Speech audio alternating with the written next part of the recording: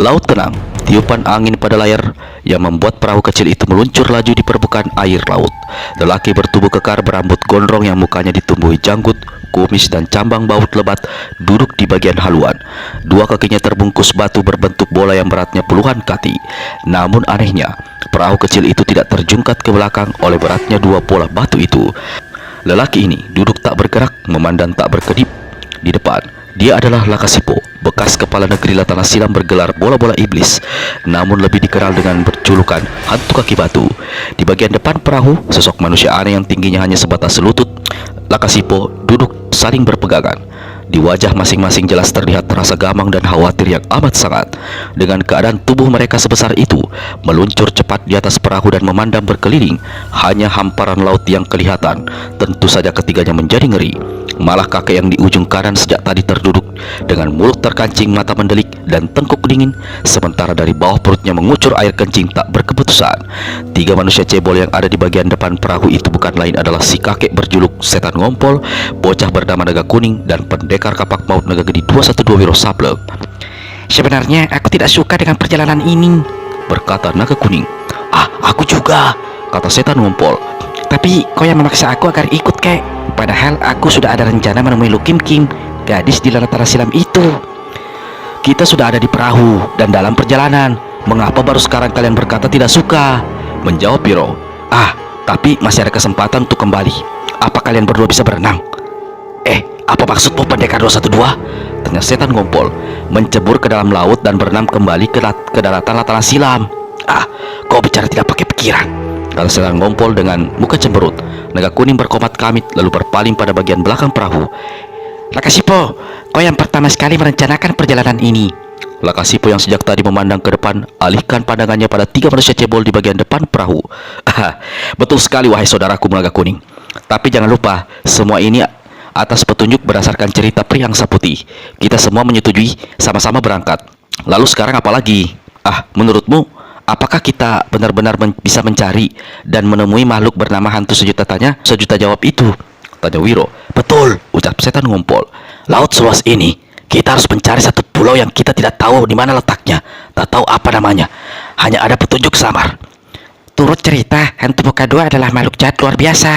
Kalau dia seperti itu, gurunya tentu lebih jahat lagi. Dan hantu sejuta tanya sejuta jawab itu adalah guru hantu muka dua. Kita semua pasti celaka. Coba kalian timbang-timbang, kata Setan Ngompol menyambung ucapan Naga Kuning tadi. Priangsa Putih tahu cerita itu dari kakeknya si hantu tangan empat. Menurutku hantu tangan empat tidak begitu suka pada kita bertiga.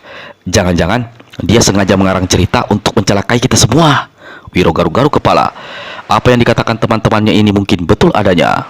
Dia berpaling memandang ke arah Lakasipo, lalu kembali terdengar si Setan Ngompol berkata, Lakasipo, selagi belum terlambat, ada baiknya kau memutar haluan. Kita kembali ke Latana Silam. Kalian semua seolah takut melihat bayang sendiri. Bukankah perjalanan ini kita lakukan demi untuk mencari jalan agar kalian bertiga bisa kembali ke negeri kalian? Bukankah hanya hantu sejuta tanya sejuta jawab itu satu-satunya tempat bertanya? Hantu tangan empat sudah kita coba, dia tak bisa menolong. Kita sudah berusaha mencari batu sakti pembalik waktu, tidak berhasil. Ini adalah petunjuk terakhir yang harus kita tempuh. Kalau kita memaksa mau kembali, apa sulitnya bagiku memutar haluan? Lakasipo celupkan tangan kanannya ke dalam air laut, siap untuk memutar haluan. Tunggu, ujar pendekar 212 Wiro Sableng. Priangsa Putih tidak akan menipu kita. Hantu tangan empat, walau kita tidak tahu pasti hatinya, tapi kurasa tidak punya maksud mencelakai kita. Yang jadi pertanyaan sekarang, seandainya kita berhasil menemui guru hantu muka dua, apakah dia benar-benar mau menolong kita? Jangan perjalanan gila ini hanya menghasilkan satu kesia-siaan. Turut riwayat yang pernah kudengar puluhan tahun silam, kata Lakasipo pula, sebenarnya hantu sejuta tanya sejuta jawab itu adalah seorang sakti berhati polos. Otaknya dipenuhi berbagai ilmu pengetahuan.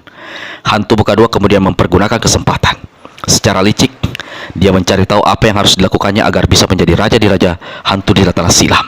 Begitu dia mendapat apa yang dimaunya, sang guru lalu dibuat menjadi tidak berdaya, dibawa dan dikucilkan ke sebuah pulau yang menurut Priangsa Putih adalah pulau pertama sehari perjalanan ke arah tenggara.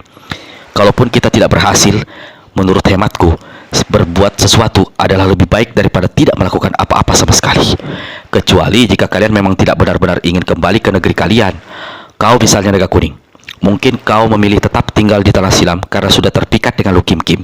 Dan kau kakek setang ngompol juga sama, karena sudah kecantol pada nenek yang dandanannya menor acak-acakan yang bernama Lu Lampir itu. Bagaimana dengan kau, Wiro? Ditanya begitu, pendekar 212 tidak jadi menyeringai sambil garuk-garuk kepala. Mungkin dia terpikat pada peri sesepuh yang bertubuh besar gembrot, bau, dan suka nongkrong itu. Yang menjawab naga kuning, lalu bocah itu tertawa cekikikan. Setan ngompol ikut-ikutan geli sambil pegangi perutnya. Aku menuruti saja jalan pikiranmu, Lakasipo, murid Sinto Gendeng berkata, membuat naga kuning dan setan ngompol jadi cemberut. Buruk dan baik nasib kita di kemudian hari belum dapat dipastikan. Berharap tanpa berusaha adalah bodoh. Kita teruskan perjalanan. Naga kuning dan setan ngompol, kalian sama mendengar keputusan saudara kita Wiro Sableng. Mulai sekarang jangan ada di antara kita yang terus-terusan merasa bimbang mengadakan perjalanan ini. Baru saja Lakasipo berkata begitu, tiba-tiba di langit laut tampak berubah mendung. Dari selatan angin kencang bertiup mengeluarkan suara mengerikan. Ombak besar mulai bergulung-gulung di kejauhan. Perahu kecil yang ditumpangi keempat orang itu terbanting kian kemari. Wiro, naga kuning, dan setan ngompol dikecam rasa takut. Setan ngompol mulai terkencing-kencing lagi. Topan badai menyerang laut, seru Lakasipo. Kalian bertiga lekas ke sini. Wiro, naga kuning, dan setan ngompol cepat lari mendatangi Lakasipo. Oleh Lakasipo, ketiga orang ini segera diselipkan di balik sabuk kulit yang melilit di pinggangnya. Lalu dengan cepat dia menurunkan layar perahu untuk menghindari terpaan angin. Dengan kedua tangannya yang dipergunakan sebagai dayung, dia mengayuh. Perahu meluncur pesat. Namun hantaman angin dan ombak raksasa membuat perahu itu mencelat 5 tombak ke udara. Ketika jatuh ke permukaan laut, kembali ombak besar menghantam. Perahu hancur berkeping-keping. Sosok Lakasipo yang diberati 2 bola batu langsung tenggelam ke dalam amukan air laut. Dia kerahkan tenaga dalam untuk melenyapkan gaya berat pada 2 kakinya. Secara luar biasa, Lakasipo berhasil membuat 2 kakinya yang terbungkus bola-bola batu mengambang di atas permukaan laut yang dilanda badai itu. Namun setiap kali dia coba menaikkan tubuhnya ke atas, hantaman ombak atau terpaan angin selalu membuat dia kembali tenggelam. Berulang kali dicoba, tetap sia-sia saja. Dalam keadaan habis tenaga, Lakasipo akhirnya jatuh pingsan dan roboh tenggelam ke dalam air. Ketika Lakasipo sadar, didapati dirinya terkapar terlentang di atas pasir pantai. Dia mencoba bangkit namun tak berhasil. Sekujur tubuhnya terasa sakit dan tulang belulangnya seolah bertanggalan dari persendian. Memandang ke atas, dilihatnya langit biru disapui cahaya kekuningan. Dia tak dapat menduga apakah saat itu pagi atau menjelang sore. Tiba-tiba Lakasipo ingat pada 3 saudara angkatnya. Dia meraba ke pinggang, hatinya lega begitu menyentuh 3 sosok tubuh cebol. Setelah mengumpulkan seluruh tenaga, akhirnya Lakasipo berhasil bangkit dan duduk di atas pasir. Wiro, naga kuning, dan setan ngompol memang masih terikat di balik sabut kulitnya. Namun ketiga orang ini terkulai tak bergerak. Jangan-jangan mereka mati semua, pikir Lakasipo. Dengan cepat dia tanggalkan ikat pinggangnya. Begitu ikatan lepas, 3 sosok tubuh itu jatuh bergulingan ke atas pangkuannya. Masih tetap tidak ada satupun yang bergerak. Pucatlah wajah Lakasipo. Celaka, membatin Lakasipo. Satu persatu diambilnya ketiga sosok cebol itu, diperiksa dan didekatkannya ke telinga. Dia masih bisa mendengar detak jantung walaupun perlahan. Wahai! Lakasipo pegang setan ngompol dan naga kuning di tangan kiri. Tangan kanan mencekal sosok Wiro Sableng. Ketika orang ini dipegangnya, kaki ke atas, kepala ke bawah. Perlahan air laut mengucur keluar dari mulut mereka. Masih belum puas, Lakasipo tempelkan perut ketiga orang itu di dadanya. Begitu dia menekan, Wiro, naga kuning, dan setan ngompol sama keluarkan suara seperti orang mau muntah. Air kembali mengucur keluar. Lalu ketiganya terdengar batuk-batuk. Penuh perasaan lega, Lakasipo baringkan ketiga orang itu di atas pasir. Wiro yang pertama kali sadar, membuka mata lalu bangkit dan duduk. Dia merasa ngeri melihat ombak yang bergulung lalu memecah di pasir pantai. Mengingat-ingat apa yang terjadi, dia lalu berpaling pada Lakasipo dan bertanya. Sementara naga kuning dan setan ngompol telah mulai siuman dan memandang kian kemari dengan muka pucat. Ketika mendengar deburan ombak di pasir pantai, keduanya jadi ketakutan dan berdiri terhuyung-huyung. Lakasipo, kita berada di mana? Bertanya murid Sinto Gendeng. Lakasipo memandang berkeliling. Ketika dia membuka mulut hendak menjawab, yang keluar dari mulutnya bukan suara, tapi semburan air laut. Celakanya, muntahan air laut itu jatuh mengguyur ketiga orang yang ada di depannya. Setan ngompol mermaki panjang pendek. Naga kuning menyumpah-nyumpah. Wiro sendiri menggerutu habis-habisan. Sialan. Dan cepat seka mukanya yang terguyur muntahan. Untung cuma air, tidak bercampur dengan yang lain-lain. Sial betul, Wiro mengomel. Saudara-saudaraku, maafkan aku. Aku tak sengaja. Bicara, jangan menghadap kami. Kulihat perutmu buncit, tanda masih banyak air laut di dalamnya. Teriak naga kuning. Lakasipo batuk-batuk. Yang benar saja, dari mulutnya kembali menyembur air. Untung dia mendengar peringatan naga kuning tadi. Untuk muntahnya menyembur, dia palingkan mukanya ke samping hingga air yang dimuntahkannya tidak menyirami ketiga orang itu. Wiro memandang ke arah barat. Dia melihat sosok mentari tengah menggelincir menuju titik tenggelamnya. Lakasipo, kulihat sebentar lagi matahari segera tenggelam. Malamkah akan tiba? Malam akan tiba. Lekas kau mencari tahu di mana kita berada saat ini. Lakasipo memandang berkeliling. Tak bisa aku menduga, wahai Wiro. Melihat pada bentuk pantai yang membelok di ujung kiri dan kanan, agaknya kita berada di satu pulau. Pulau tempat kediaman guru hantu muka dua? Tanya naga kuning. Lagi-lagi aku tak bisa menduga, wahai sahabatku. Kalau begitu, kita harus segera bergerak mencari tahu. Paling tidak sebelum malam tiba-tiba ada tempat untuk berlindung. Paling tidak sebelum malam tiba, kita ada tempat untuk berlindung, kata Wiro pula, lalu berdiri dan mendahului melangkah dan meninggalkan tempat itu. Lakasipo cepat mengangkat Wiro, naga kuning dan setan ngompol. Sebelum melangkah, dia berkata, di sebelah sana ada deretan panjang pohon-pohon besar. Kita akan menyelidik ke sana. Begitu sampai di deretan pohon-pohon yang tadi dilihatnya dari kejauhan, Lakasipo hentikan langkah, memandang dengan muka mengerit. Pohon-pohon aneh. Tumbuhnya rapat sekali dan dipenuhi dari duri, mulai dari ranting sampai ke batang, berseru Wiro yang ada dalam dukungan Lakasipo. Lakasipo maju mendekat. Kau betul, Wiro. Seumur hidup baru sekali ini aku melihat pohon-pohon seperti ini. Bentuknya seperti pohon jati. Tapi mengapa ditumbuhi duri-duri panjang? Tubuhnya juga rapat. Jika tidak hati-hati, sulit bagi seseorang bisa lolos di antara dua pohon ini. Di belakang deretan pohon-pohon itu hanya ada kegelapan menghitam, berkata setan ngompol. Saat ini masih siang. Kalau malam tiba, pasti akan sangat gelap di sebelah sana. Tangan di depan mata mungkin tak bisa kelihatan. Lakasipo tampak diam seolah tengah berpikir. Lakasipo, mengapa kau diam saja? Berkata naga kuning. Wahai, aku tengah menghubungkan ucapan-ucapan kalian dengan satu riwayat yang pernah ku dengar, jawab Lakasipo. Pohon-pohon jati berduri seperti duri bulu landak, rimba belantara hitam kelam. Ini semua mengingatkan aku pada dua hal. Pertama, jati landak. Kedua, hutanlah hitam kelam. Jati landak itu nama atau nama orang atau apa? Bertanya Wiro. Nama hantu jati landak. Nama hantu jati landak. Salah satu dedengkot hantu. Tapi kabarnya dia berada di bawah kekuasaan dan taklukan hantu muka dua, menerangkan Lakasipo. Jangan-jangan pulau ini adalah pulau kediamannya hantu sejuta tanya sejuta jawab gurunya hantu muka dua. Berarti kita sudah berada di pulau tujuan, kata naga kuning setengah berseru. Jangan bicara terlalu keras, kata Lakasipo. Kita belum bisa memastikan berada di pulau apa, tapi dugaanku ini bukan pulau kediaman guru hantu muka dua. Aku lebih yakin ini adalah pulau sarangnya hantu jati landak. Lakasipo, kata Wiro sambil pukulkan tangan kanannya ke dada lelaki yang dikenal dengan julukan hantu kaki batu itu. Di sebelah sana, kulihat ada dua pohon yang tumbuh lebih renggang. Mungkin ada jalan atau mungkin kita bisa menemukan petunjuk di tempat itu. Lakasipo memandang ke arah yang dituju Wiro. Memang benar, tidak seperti di tempat di lain di mana semua pohon jati berduri tumbuh sangat rapat. Di sebelah sana ada dua pohon, diikuti pohon-pohon lain di deretan sebelah belakang, tumbuh lebih jarang satu sama lain. Segera saja Lakasipo melangkah cepat menuju tempat itu. Duk, duk, duk. Langkah kaki batu Lakasipo menghujam di pasir pantai, mengeluarkan suara keras dan menggetarkan seantero tempat. Wahai, kita memang lewat di sini. Kelihatan ini jalan setapak yang sengaja dibuat orang, berkata Lakasipo begitu sampai di antara dua pohon jati yang tumbuh renggang. Demikian juga deretan pohon-pohon di sebelah belakang. Berarti pulau ini ada penghuninya, kata Wiro pula. Betul, yaitu hantu jati landak, jawab Lakasipo. Apakah makhluk bernama hantu jati landak ini jahat atau baik? Tanya naga kuning. Tak dapat kupastikan. Yang jelas dia adalah setengah manusia setengah binatang.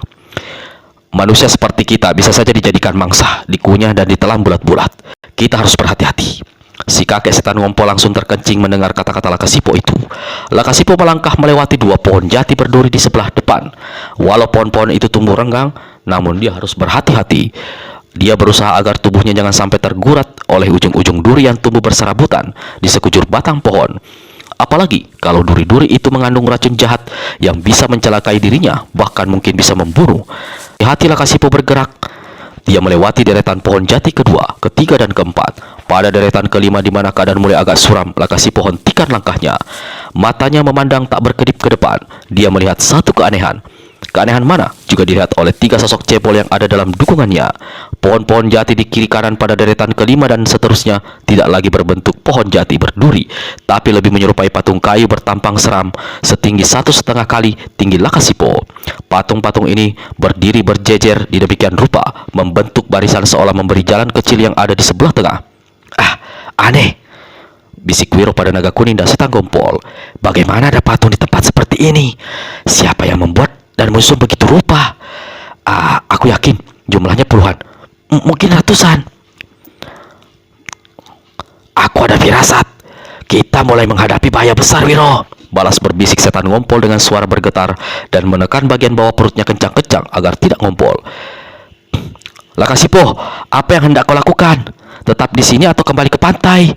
Atau kau akan terus melangkah melewati patung-patung itu?" bertanya murid yang Sinto Gendeng. Diam-diam dia kerahkan tenaga dalam ke tangan, menghimpun kesaktian ilmu pukulan sinar matahari.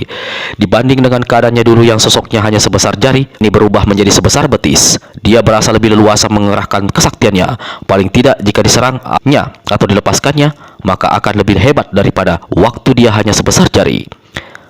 "Menurutku, jalan di antara deretan patung ini menuju ke satu tempat. Aku memilih bergerak maju melewatinya. Bagaimana pendapatmu?" bertanya Lakasipo. "Aku setuju saja kita jalan terus, tapi hati-hati. Coba kau perhatikan. Patung-patung kayu jati itu bukan patung biasa. Setiap persendiannya dibuat demikian rupa seperti persendian manusia hidup. Berarti patung-patung kayu itu bisa berputar atau bergerak pada bagian leher, tangan, pinggang, dan kaki. Astaga, kau memang betul, Wiro. Jika kau tidak memberitahu hal itu, tidak sempat menjadi perhatianku. Jadi memang kita semua harus berhati-hati. Awas, kalian semua pasang mata, pasang telinga. Aku mulai bergerak melangkah. Gerakan langkah kaki Lakasipo tampak bergoyang. Lakasipo maju 2 langkah. Dia melewati patung kayu deretan pertama di kiri kanan. Ketika dia hampir sampai pada deretan patung kayu kedua, tiba-tiba terdengar suara berkeretakan. Tangan-tangan patung pada deretan kedua itu bergerak ke atas, lalu dengan cepat turun ke bawah, menggemplang ke arah batok kepala Lakasipo. Lakasipo berseru kaget. Cepat dia membungkuk, rundukan kepala.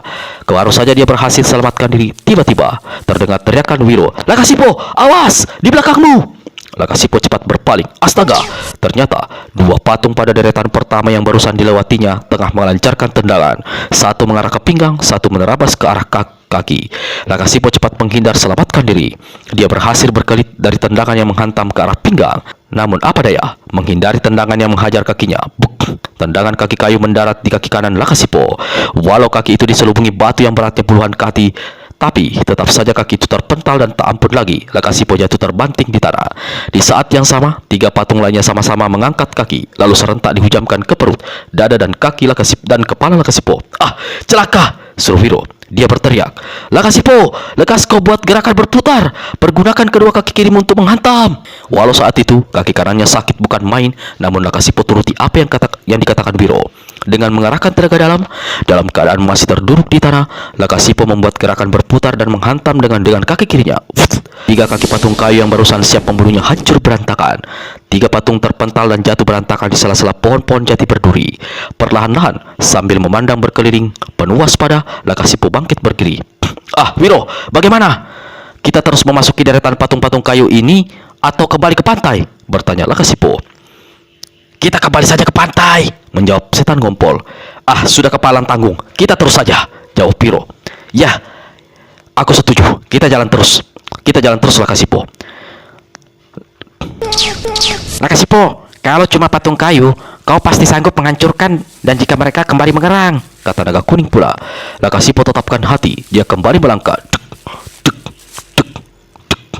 Sebelum melanjutkan apa yang terjadi dengan Lakasipo, Wiro dan Naga Kuning serta setan ngompol di pulau itu, kita kembali dulu pada satu peristiwa besar di masa lalu, beberapa puluh tahun silam dan terjadi di negeri Latara Silam, negeri 1200 tahun silam. Peribunda menatap perawan dengan sepasang matanya yang bening tapi suram ke arah timur. Lalu dia berpaling pada peri sesepuh yang bertubuh gebuk luar biasa dan duduk di kursi batu pola merah dengan mata terpejam. Peri sesepuh, aku tahu kau tidak tidur. Wahai, apa yang ada dalam benakmu? Menegur peribunda. Yang ditanya tidak segera menjawab. Tak selang beberapa lama, baru terdengar suara peri sesepuh perlahan dan halus. Apa yang ada dalam benakku sama dengan apa yang ada dalam benakmu, wahai peribunda. Mengapa kau masih bertanya? Bukankah sejak malam tadi kita berada di puncak bukit sepi dan dingin ini, meninjau dan menduga-duga apa kiranya yang telah dan akan terjadi? Peribunda mengusap wajahnya yang cantik. Beberapa kali dia menghela nafas dalam lalu berkata, Malam tadi rembulan muncul dengan warna merah seperti darah. Di bagian barat angin bertiup mengeluarkan suara aneh halus seolah suara seruling yang ditiup mengantar kepergian roh ke alam atas langit. Di selatan sayap-sayap terdengar deru gelombang di tengah laut tapi seolah tidak pernah mencapai pantai berpasir. Di utara gunung Latinggi Meru mengeluarkan suara menggemuruh halus. Mungkin ada dinding gunung yang retak dan lahar panas mengalir keluar. Mungkin gunung itu siap untuk meletus. Lalu di sebelah timur, sampai saat ini tak ada cahaya kuning benderang. Apakah sang surya tidak akan muncul hari ini? Perlahan-lahan peri sesepuh membuka sepasang matanya yang sejak tadi dipejamkan. Di tempat terbuka dan dingin seperti di puncak bukit itu, wajahnya yang gembrot masih saja dibasahi oleh keringat. Dia menatap ke ufuk timur, arah yang dibelakangi peribunda. Sang surya tidak pernah mengingkari janji, wahai peribunda. Di ufuk timur dia akan selalu terbit setiap pagi. Putar tubuhmu, lihatlah ke timur. Fajar telah menyingsing, sang surya telah terbit. Tapi demi segala peri dan dewa, demi semua roh yang ada di antara langit dan bumi, lihatlah, wahai peribunda, mengapa sinar sang surya terhalang oleh tabir aneh kehitaman? Peribunda putar tubuh, palingkan kepala. Begitu matanya memandang ke jurusan timur sana, berubahlah parasnya. Kau benar, wahai peri sesepuh. Sang surya tidak pernah ingkar janji. Dia muncul pagi ini seperti jutaan pagi sebelumnya. Tetapi ada tabir hitam seolah menutupi cahayanya yang putih benderang. Pertanda apakah ini, wahai peri sesepuh? Apakah benar dugaan kita berdua? Bayi pencemar segala tua yang ditunggu telah lahir malam menjelang pagi tadi. Perasaan dan dugaanku mengatakan begitu. Kalau itu benar terjadi, berarti kita harus menghadapi segala nista dan petaka. Peri sesepuh anggukan kepala. Wahai peribunda, aku terpaksa harus segera kembali. Para peri yang lain harus diberitahu agar mereka juga siap. Kau tetap di sini, tunggu kedatangan peri angsa putih membawa berita. Peri sesepuh, tunggu, jangan pergi dulu. Nista dan petaka apakah yang menimpa negeri atas Latara Silam sehubungan dengan kejadian lahirnya bayi pencemar segala tua itu? Banyak, wahai peribunda, namun tidak semua bisa aku beritahu padamu. Hanya beberapa saja. Misalnya, angin tidak akan terhembus lagi selama setahun penuh. Kalaupun masih berhembus, angin itu akan disertai hawa pengap dan bau yang tidak sedap. Air akan berhenti mengucur dari tempat ketinggian ke tempat yang rendah. Berarti ada kawasan yang bakal menderita kekeringan sepanjang tahun. Lalu bunga-bunga akan menjadi layu, pucuk tak akan menjadi buah. Buah yang ada akan jatuh ke tanah dalam keadaan busuk. Peribunda jadi terdiam mendengarkan peri sesepuh. Aku pergi sekarang, wahai peribunda. Susul aku jika kau sudah bertemu dan menerima kabar dari peri angsa putih. Peri sesepuh gulungkan kain sutra merahnya tipis di seputar dadanya yang tersingkap. Lalu perlahan tubuhnya bersama kursi batu puala melayang ke atas, makin tinggi makin jauh dan akhirnya lenyap dari pemandangan. Heran, Kata peribunda perlahan. telah beberapa kali hal seperti ini terjadi. Mengapa masih saja ada peri yang melanggar larangan? Peribunda tatapkan matanya ke arah timur kembali. Di jurusan itu keadaan semakin terang, namun tabir hitam masih menutupi pemandangan. Tiba-tiba melesat sebuah benda aneh yang tak jelas perwujudannya. Bersamaan dengan itu, menggelegar suara keras, mengaum panjang dan lama. Seperti suara tangisan bayi, tapi juga menyerupai lorongan serigala. Peribunda usap tengkuknya yang jadi dingin, sementara matanya mengikuti benda yang melayang di udara. Demikian cepatnya benda ini melesat hingga sebelum sang peri sempat berkedip, benda itu telah lenyap dari pemandangan matanya. Benda apa itu, wahai gerangan? Aku mencium bau amisnya darah. Jangan-jangan. Belum sempat peribunda menyelesaikan ucapan hatinya, tiba-tiba di atasnya melayang satu benda putih disertai suara menguik keras. Benda ini dengan cepat bergerak turun dan ternyata adalah seekor angsa angsa berwarna putih. Dari atas punggung binatang ini melompat turun seorang gadis cantik mengenakan pakaian terbuat dari sejenis kayu sutra halus berwarna putih.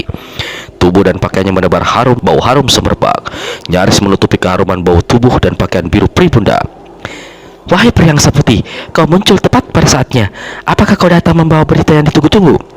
Pria angsa putih, peri cantik bermata biru anggukkan kepala. Wahai Pribunda, di mana gerangan pria sesepuh? Pria sesepuh telah lebih dahulu kembali. Kau akan memberi keterangan padaku di sini, atau kita sama-sama menemui pria sesepuh? Waktuku singkat. Biar ku ceritakan saja padamu apa yang terjadi. Nanti kau saja menyampaikan pada pria sesepuh. Kalau begitu, lekas terangkan padaku apa yang telah terjadi. Benarkah semua dugaan dan kira-kira sesuai dengan kenyataan yang ada? Memang benar wahai Pribunda, duga dan sangka tidak jauh meleset dari kenyataan.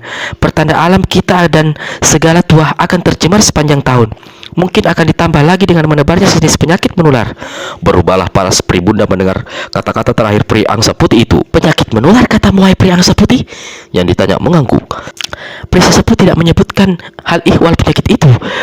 Bagaimana kau bisa tahu? Kakekku yang memberitahu, Jawab peri angsa putih. Maksudmu hantu tangan empat? Tanya Pribunda. Kembali peri angsa putih mengangguk. Celaka, apa jadinya kita semua ini? Apa yang jadinya negeri kita? Kita harus tetap menghadapi apapun yang terjadi wahai Pribunda. Bukankah hal semacam ini sudah beberapa kali terjadi? Bahkan mungkin... Peri angsa putih tidak teruskan ucapannya. Pribunda yang juga disebut sebagai Simpulus Agung segala peri atau peri junjungan dari segala junjungan menatap lekat-lekat ke wajah peri angsa putih. Pandangan matanya seolah menyelidik jauh ke balik mata dan jalan pikiran peri cantik itu. Kau tidak meneruskan ucapanmu tadi wahai peri angsa putih. Apa maksudmu dengan kata-kata bahkan mungkin? Sesaat peri angsa putih jadi agak terkesigap, namun dia segera tersenyum untuk menutupi keterkejutannya atas pertanyaan yang tidak terduga itu. Sudahlah, waktuku tidak banyak. Lagi pula peri sesepuh tentu sangat menantikan kedatanganmu. Sebaiknya aku segera saja menuturkan apa yang terjadi. Tapi Pribunda gelenggang kepala. Penuturanmu memang penting, tapi bagiku penjelasanmu atas kata-kata tadi tidak kalah pentingnya. Wahai, harap kau sudi memberi penjawaban atas pertanyaanku tadi, wahai pria angsa putih. Setelah berucap diam-diam dalam hatinya, Pribunda membatin. Apa maksud ucapan kerabatku ini? Jangan-jangan dia mengetahui apa yang ada dalam hatiku. Sebaliknya, pria angsa putih diam-diam juga menjadi gelisah dan berkata dalam hati. Pribunda pasti telah tahu apa yang akan terjadi di masa puluhan tahun mendatang. Jangan-jangan dia mencurigai diriku. Pria angsa putih, kau belum menjawab. Kau belum memberi penjelasan. Daripada dia mendesak, lebih baik aku mendesak duluan, Kata pria angsa putih dalam hati. Maka dia pun berkata, hatimu dan hatiku, pikiranmu dan pikiranku, penglihatanmu ke masa depan dan penglihatanku rasanya tidak banyak berbeda wahai Pribunda. Namun jika aku salah, mohon maafmu. Apa kau sependapat denganku bahwa dunia kita semakin lama semakin mengalami banyak perubahan? Batas antara kita dengan kita bangsa peri dan manusia di bawah langit semakin tipis, laksana kabut pagi yang mudah pupus di telan sinar mentari. Peri angsa putih, wahai, bagaimana kau berani berkata begitu? ucap Pribunda setengah berseteru. Dalam hati, dia berkata, dugaanku tidak meleset. Dia tidak bisa membaca jauh ke dalam lubuk hatiku daripada menjadi urusan. Lebih baik aku mengalah sementara. Wahai pria angsa putih, katamu waktumu singkat. Baiklah, aku tidak akan mengganggu dengan pertanyaan-pertanyaan lagi. Segera saja kau ceritakan apa yang terjadi. Gerobak yang ditarik kuda berbulu putih belang hitam itu berhenti di depan bangunan besar terbuat dari kayu besi. Saat itu, di penghujung malam menjelang pagi, perempuan tua yang duduk di samping pemuda sais gerobak melompat turun. Gerakannya gesit dan enteng. Di pinggangnya tergantung satu bungkusan besar. Di depan pintu bangunan dia hentikan langkah, memandang pada laki-laki yang keluar menyambutnya. Perempuan tua itu ludahkan gumpalan sirih dan tembakau yang ada di mulutnya lalu bertanya, apa kau datang? Terlambat, wahai Lambalang. Nenek, Lahomuntuh, keadaannya gawat sekali. Aku khawatir. Perempuan tua itu tidak menunggu sampai lelaki bernama Lahambala menyelesaikan ucapannya. Dengan cepat, dia masuk ke dalam bangunan, langsung menuju ke sebuah kamar di dalam mana terdengar suara erangan berkepanjangan. Di ambang pintu kamar, si nenek mendadak hentikan langkahnya. Lambalang, kegiatan apa yang aku lihat ini? Siapa yang mengikat tangan dan kakinya? Tidak ada jalan lain, Nek. Dia selalu berontak, memukul dan menendang. Melihat aku seperti dia hendak membunuhku. Gila dan aneh. Perempuan yang hendak melahirkan bisa bersikap seperti itu. Lahumuntu masuk ke dalam kamar yang diterangi dua obor besar. 3 langkah dari ranjang kayu kembali gerakannya tertahan. Di atas tempat tidur kayu itu tergeletak menelentang seorang perempuan. Wajahnya yang cantik tertutup oleh keringat serta kerenyit menahan sakit. Dari mulutnya yang terbuka keluar erangan yang ditingkahi desau nafas yang membersit dari hidung. Perempuan ini memiliki perut besar dan tertutup sehelai rajutan rumput kering.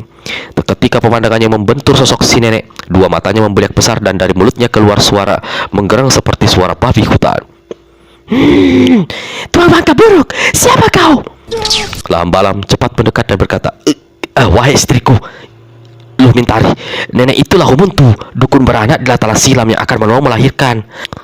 Menolong melahirkan? Sepasang mata perempuan di atas ranjang kayu semakin membesar dan wajahnya tambah beringas. Siapa yang akan melahirkan? Aku tidak akan melahirkan. Tenang lalu Mintari, orang akan menolongmu. Aku tidak akan melahirkan. Aku tidak butuh pertolongan.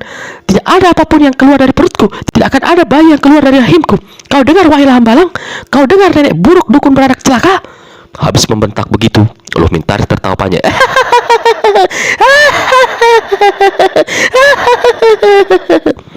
Si nenek dukun beranak jadi merinding. Dia dekati Hambalang dan berbisik, Suara istrimu ku dengar lain. Tawa ku dengar aneh. Baru saja Lahumuntu berkata begitu, tiba-tiba dari perut besar Luh Mintari terdengar suara gerengan, dan bersamaan dengan itu di kejauhan terdengar suara lolongan anjing hutan. Dukun beranak Lahumuntu tarik rumput kering yang menutupi tubuh Luh Mintari. Begitu perut yang hamil besar itu tersingkap, si nenek langsung tersurut. Hambalang sendiri keluarkan seruan tertahan, lalu mundur 2 langkah. Lazimnya perut hamil biasanya menggembung besar dan licin.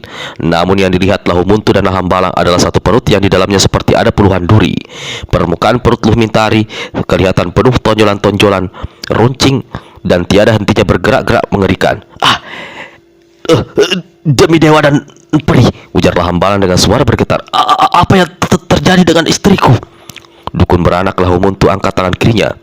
Lambalang, istrimu akan segera kutangani. Harap kau cepat keluar dari kamar ini.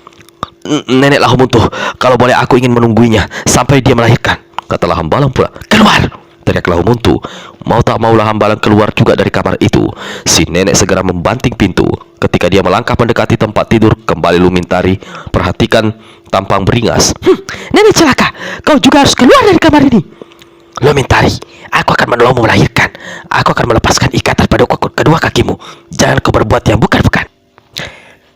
Kau yang berkata dan akan berbuat yang bukan-bukan, sentak Luh Mintari. Aku tidak hamil. Aku tidak akan melahirkan. Tidak ada bayi dalam perutku. Tidak ada bayi yang akan keluar dari rahimku. Tenang Luh Mintari, kau jelas habis besar dan siap melahirkan. Kau akan melahirkan seorang bayi berbu. Hasil hubungan sebagai suami istri dengan Hambalang. Si nenek mendekati kaki tempat tidur. Dengan hati-hati dia lepaskan ikatan pada 2 kaki Luh Mintari. Begitu 2 kaki lepas, kaki yang kanan bergerak menendang. Buk. Si nenek Lahumuntu terpekik dan terpental ke dinding. Di luar, Hambalang berteriak, nenek Lahumuntu, ada apa? Lahumuntu usap-usap perutnya yang kena dikerat tendang. Tidak apa-apa Hambalang, kau tidak usah khawatir. Lalu si nenek memandang pada Luh Mintari dan berkata, sebagai dukun, aku berkewajiban menolongmu melahirkan. Apapun yang akan keluar dari rahimmu, aku tidak akan peduli. Lalu dengan cepat si nenek kembangkan 2 kaki Luh Mintari. Dengan 2 tangannya dia menekan perut perempuan itu.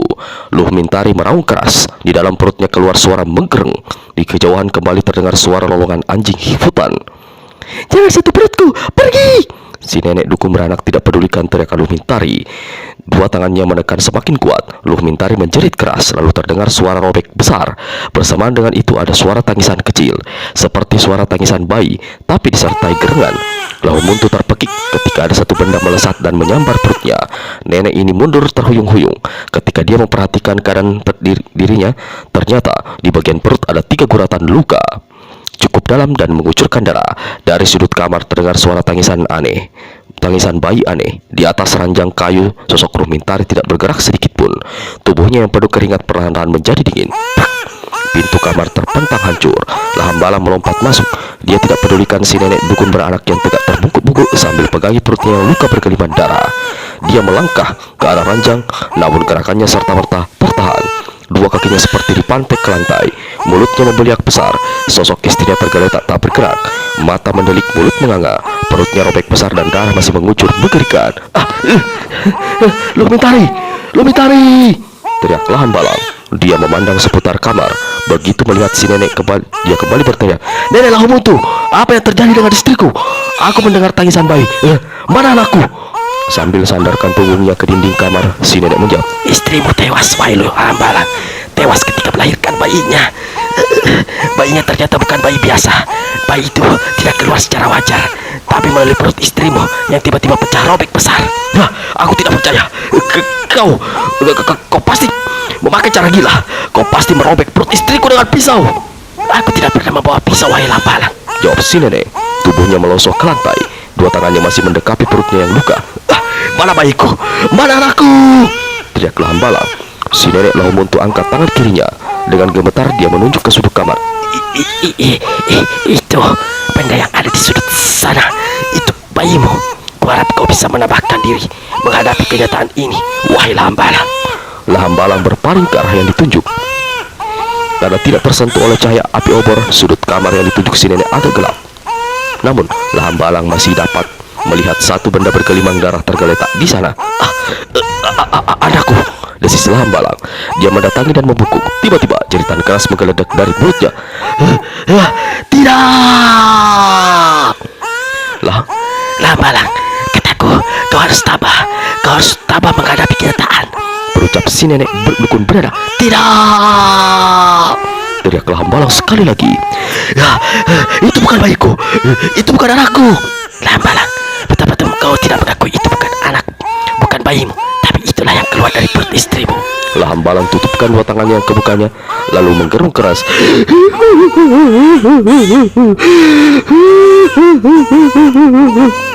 Di sebelah sana, di sudut yang kegelapan terdengar suara tangisan bayi aneh karena disertai suara menggerengang halus. Sosok yang menggeletak masih berlumuran darah di sudut kamar itu memang satu sosok menyerupai bayi kecil, tapi sekujur tubuhnya mulai dari kepala sampai ke kaki penuh ditumbuhi duri-duri aneh berwarna kecoklatan. Hambalang, itu anakmu, itu bayimu. Jangan biarkan kedinginan di sudut kamar.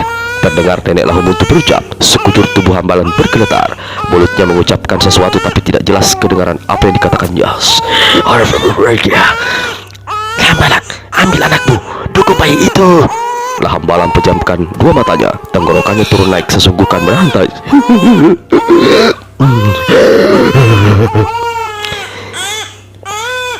Apa yang terjadi dengan diri kami, wahai istriku Lumitari?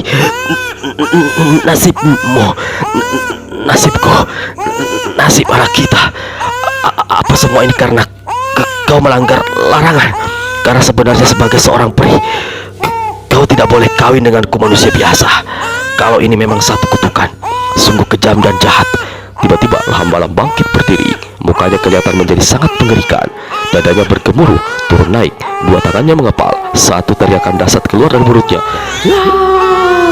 Wahai para peri di atas langit, kalau ini benar kutukan dari kalian, mengapa istriku yang kalian bunuh? Mengapa bayi tak berdosa ini yang kalian bikin cacat? Mengapa tidak diriku yang kalian bikin mati? Kejam, jahat, peri terkutuk keparat. Aku akan mencari 1000 jalan melakukan pembalasan.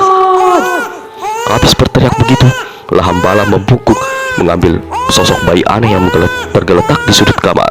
Lalu dia lari keluar bangunan seperti gila sambil lari tidak henti-hentinya. Dia berteriak, "Ini bukan anakku, ini bukan bayiku. Kalian menukar bayiku dengan makhluk celaka ini. Peri jahat, peri jahanam, tunggu pembalasanku." Dalam gelap dan dinginnya malam menjelang fajar itu, Hambalang lari terus membawa bayi aneh yang tiada hentinya menangis. Lelaki ini baru hentikan larinya ketika dapatkan dirinya tahu-tahu telah berada di sebuah ujung tebing. Di depannya menghadap satu jurang lebar. Di kejauhan terbentang lautan luas. Di sebelah timur langit mulai terang, tanda sang surya siap munculkan diri. "Ini bukan bayiku, ini bukan anakku. Para peri di atas langit, tunggu pembalasanku." Dengan tubuh bergeletar, Hambalang angkat bayi berkeliman darah dan berduri aneh itu. Sang bayi menangis keras. Di kejauhan, seolah datang dari tengah laut terdengar suara lolongan serigala. Didahului teriakan keras dan panjang, Hambalang lemparkan bayi di tangan kanannya. Bayi malang itu melesat jatuh jauh ke udara, lenyap dari pemandangan seolah menembus langit. Lahan pandangi tangannya berlumuran darah lalu menatap ke langit. Sekali lagi, lelaki ini menjerit dahsyat.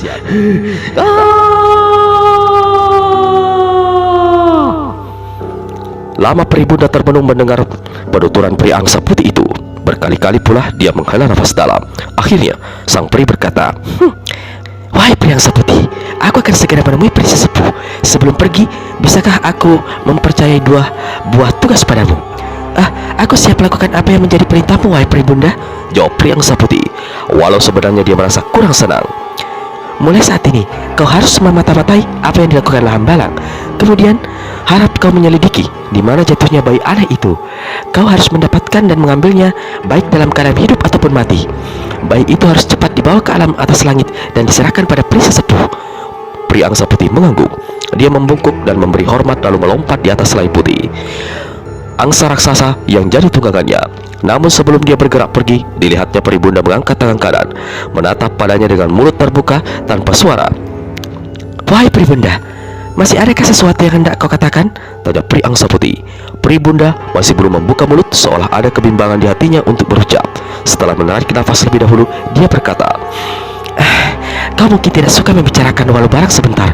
Namun, jika tidak ada kejelasannya, rasanya aku seperti diikuti bayang-bayang sendiri. Apakah yang merisaukan hatimu, wahai Peribunda? Mulutnya bertanya, namun dalam hati peri angsa putih mulai menduga-duga. Tadi aku sempat membicarakan hatiku dan hatimu, pikiranku dan pikiranmu, penglihatanku dan peringatanmu ke masa depan rasanya tidak banyak berbeda. Lalu kau bilang bahwa dunia kita semakin lama semakin mengalami banyak perubahan.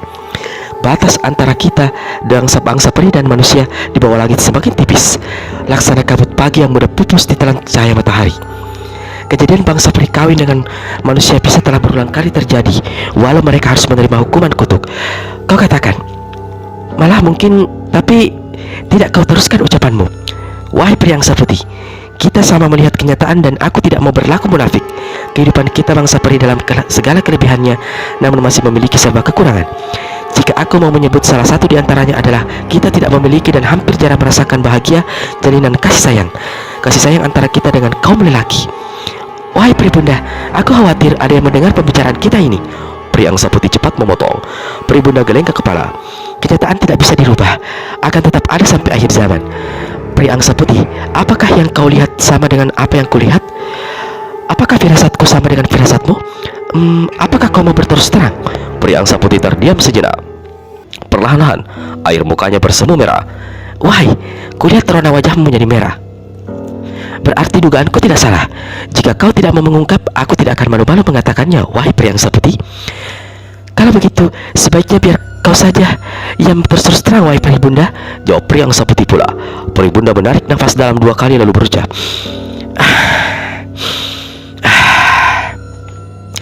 Firasat dan penglihatanku melihat di masa puluhan tahun mendatang, entah kapan tepatnya, pasti akan ada muncul di alam kita lelaki-lelaki gagah kepada siapa kita akan jatuh cinta. Namun kalau orangnya yang kita kasihi itu adalah orang yang sama, lalu kita akan mengenal hidup berurai air mata. Kita akan mengenal yang disebut rasa cemburu, rasa rindu, dan tidak mungkin terjadi apa yang disebut api dalam sekam. Kalau tiba saatnya meledak, alam dan langit tempat kediaman kita akan menjadi geger. 2 peri itu untuk beberapa lamanya tidak satupun yang bicara. Suara silih tiupan angin terdengar jelas saking sunyinya tempat itu. Peribunda, puluhan tahun itu cukup lama bagi kita untuk mempersiapkan diri. Mudah-mudahan kita semua akan lebih dewasa menghadapi perubahan. Memang kita bukan manusia biasa. Maupun rasa dan hati kita tak bisa dipendam. Kita tidak mungkin menipu diri sendiri. Bahagia, cinta, dan kasih sayang adalah dambaan semua makhluk hidup, termasuk kita bangsa peri. Peribunda anggukan kepala. Kau benar, wahai pria angsa putih. Benar sekali. Aku akan segera kembali. Harap kau melaksanakan tugas yang kuberikan tadi. Pria angsa putih menjula hormat. Lalu dia mengusap leher angsa putih tunggangannya. Binatang raksasa ini menggepakkan sayap dan melesat ke timur. Bayi laki-laki aneh yang sekujur tubuhnya ditumbuhi semacam duri berwarna coklat dan masih berselubung darah itu melesat di udara lalu lenyap ditelan kegelapan malam di sebelah barat. Namun tak selang beberapa lama setelah mencapai titik tertingginya, bayi ini melayang ke bawah di saat yang hampir bersamaan di sebuah pulau di kawasan laut sebelah barat. Fajar yang menyingsing di ufuk timur masih belum mampu menerangi pulau itu. Masih terbungkus kegelapan. Di satu bukit yang tertutup oleh pohon-pohon jati berbentuk aneh, dalam sebuah lubang tampak melingkar sebuah benda yang tak dapat dipastikan apa adanya. Benda ini bergulung aneh, tertutup oleh sejenis sisik tebal berwarna hitam pekat. Benda ini bukan benda mati, karena ada denyutan tiada henti, dan setiap berdenyut sisik yang menutupi tegak bercingkrak. Ketika bayi lahambalang melayang jatuh ke atas, sosok aneh di liang batu itu tiba-tiba bersuit keras dan panjang, lalu melesat ke atas. Dan astaga, ternyata dia adalah satu sosok makhluk hidup yang punya kepala, tangan dan kaki seperti manusia. Namun masih sulit dipastikan apakah makhluk itu benar-benar manusia. Sekujur tubuhnya, mulai dari ubun-ubun sampai ke kaki, tertutup sisik tajam yang senantiasa bergerak-gerak. Rebah lalu berdiri lalu rebah lagi, terus menerus. Wajahnya tidak ketahuan mana mulut mana hidung. Matanya yang hanya merupakan dua benda tonjolan bulat yang lancip di sebelah tengah seperti combong putih buah kelapa. Makhluk bersisip hitam ini mendongak ke langit, dan ketika melihat sosok bayi yang jatuh ke bawah, lalu dari mulutnya yang tidak ketahuan entah berada di sebelah mana kembali melengking suara jeritan keras, lalu seolah merobek ke langit malam. Menembus suara deru angin dan deburan ombak di pantai pulau. Belum lenyap lengkingan jeritan itu, tiba-tiba terdengar suara bergemuruh mendatang. Bukit jati di sebelah pulau itu bergetar aneh. Di lain saat muncullah sepasang makhluk aneh mengerikan, berupa dua ekor landak raksasa yang berjalan cepat dengan 4 kakinya. Namun begitu sampai di hadapan makhluk bersisik, dua ekor landak itu pergunakan dua kaki bokong belakangnya seperti kaki manusia dan dua kaki depan seperti tangan. Lalu binatang ini membungkuk seolah memberi hormat pada makhluk bersisik. Makhluk bersisik di tepi liang batu angkat tangan kanannya sambil menjerit keras. Dia menunjuk ke langit, ke arah sosok bayi lahambala yang tengah melayang jatuh ke atas pulau. Dua ekor landak yang ternyata satu jantan satu betina palingkan kepala ke arah yang ditunjuk, lalu sama-sama keluarkan jeritan keras. Layar runcing dan layar lancip, apa yang aku lihat puluhan tahun silam pernah aku katakan pada kalian, kini menjadi kenyataan. Selamatkan bayi itu. Satu suara menyerupai suara manusia menggema di tempat itu. Siapakah yang bicara? Ternyata makhluk bersisik di tepi liang batu. Mendengar ucapan itu, dua ekor landak raksasa, lay runcing yang jantan dan lay lancip yang betina, keluarkan pekik keras. Lalu sekali lagi mereka melesat ke udara. Lalu terjadilah satu hal yang luar biasa. Dua landak raksasa itu melesat demikian rupa menyongsong ke arah melayang jatuhnya bayi lahambala. Di satu titik di udara, ketiganya bertemu. Dua landak raksasa melesat dan bergerak demikian rupa, tahu-tahu telah mengapit dan menjepit sosok bayi di tengah-tengah. Di udara, dua ekor landak ini membuat gerakan berputar 7 kali, lalu melesat turun ke arah pulau. Dalam waktu singkat, dua ekor landak itu telah mendarat di tanah dekat liang batu. Di hadapan makhluk yang tubuhnya tertutup sisik, bayi lahambalang yang beberapa saat sempat diam kini mulai menangis. Wahai layar runcing dan layar lancip, kau telah menjalankan tugasmu dengan baik. Dua ekor landak raksasa keluarkan suara gerangan halus. Makhluk bersisik kembali berkata, apa yang aku lihat puluhan tahun silam kini menjadi kenyataan. Wahai layar runcing dan layar lancip, bayi laki-laki yang bentuk tubuhnya ditumbuhi tanduk-tanduk kecil seperti tubuh kalian itu, sesungguhnya itulah bayi yang kalian tunggu-tunggu selama 300 tahun. Bayi itu adalah anak kalian berdua. Dua ekor landak kembali menggerengeng. Mereka bergerak mendekati si bayi, lalu ulurkan kepala dan mulai menjilati sosok bayi itu. Anehnya, begitu dijilati, sang bayi segera saja berhenti menangis. Layar runcing dan layar lancip, kalian sudah mendapatkan anak yang kalian dambakan selama ratusan tahun. Sekarang menjadi kewajiban kalian untuk memelihara dan membesarkannya. Ajarkan semua ilmu kepandaian yang kalian punya, kecuali satu ilmu yang kalian tidak miliki, yaitu bagaimana caranya berbicara. Aku yang akan mengajarkan ilmu berbicara itu pada anak kalian. Dan kepadanya, wahai layar runcing dan layar lancip, aku akan memberikan nama sesuai dengan keadaan pulau ini yang ditumbuhi pohon-pohon jati berduri seperti bulu landak. Sesuai pula dengan keadaan dan bentuk kalian, aku akan menamakan anak itu dengan hantu jati landak. Layar runcing dan layar lancip ulurkan dua tangan dan ke depan dan angguk-anggukan kepala tanda mengerti. Kalian berdua boleh pergi. Jaga anak itu baik-baik. Jika ada apa-apa yang kalian tidak mengerti, temui aku di liang batu hitam ini. Aku terenggiling liang batu hitam adalah kakek dari bayi itu. Dua ekor landak menggerenggeng halus, kembali anggukkan kepala. Layar runcing Landak yang jantan pergunakan mulutnya untuk mengangkat bayi yang diberi nama Jati Landak itu ke atas punggung betinanya, lalu Lai Lancip baru saja ke atas punggung betinanya, yaitu Lai Lancip. Baru saja dua landak raksasa itu hendak bertindak pergi, tiba-tiba di langit ada benda putih menyambar turun disertai teriakan memerintah. Semua makhluk di atas pulau, jangan ada yang berani bergerak. Aku datang membawa perintah. Ada dua sayap bergepak deras membuat pohon-pohon jati berduri bergoyang-goyang. Sesaat kemudian, seekor angsa putih telah mendarat di atas sebuah batu besar. Tak jauh dari makhluk bersisik berdiri dan hanya beberapa tombak dari dua ekor landak raksasa. Bau sangat harum memenuhi tempat itu. Lai Runcin dan Lancip keluarkan suara menggerengeng. Bayi di atas landak betina tiba-tiba keluarkan suara tangisan. Makhluk bersisik putar kepalanya. Dua mata combongnya bergerak-gerak. Dari balik sisik di mukanya keluar ucapan, berabad-abad yang telah berlalu, tak pernah selama ini seorang peri pun muncul datang ke pulau dan singgah di hutan lah hitam kelam. Gerangan ingin apakah, wahai peri cantik yang aku lupa namanya, datang ke tempat ini? Perintah apa yang kau bawa bersama kemunculanmu? Gadis cantik berpakaian sutra putih di atas punggung angsa putih itu, atas punggung angsa raksasa menatap makhluk bersisik itu beberapa saat lamanya. Lalu dia melirik pada dua ekor landak raksasa. Dalam hati dia berkata, Aku tidak melihat bayi yang kucari, tapi di atas salah seekor landak raksasa itu ada satu makhluk kecil yang ditumbuh dan tubuhnya ditumbuhi duri seperti bulu landak. Dan sosok kecil itu menangis antara suara bayi dan suara binatang. Mungkin itu bayinya Lahambalan lalu bertari. Peri angsa putih kembali memandang ke arah makhluk bersisik lebak dan kaku dan keras. Aku peri angsa putih dari negeri atas langit. Kedatanganku membawa tugas yang menjadi perintah bagi kalian yang ada di sini. Patuh akan perintah wahai. Itu segala rahasia hidup tanpa bencana. Aku datang untuk mengambil sosok kecil yang ada di atas punggung landak raksasa itu.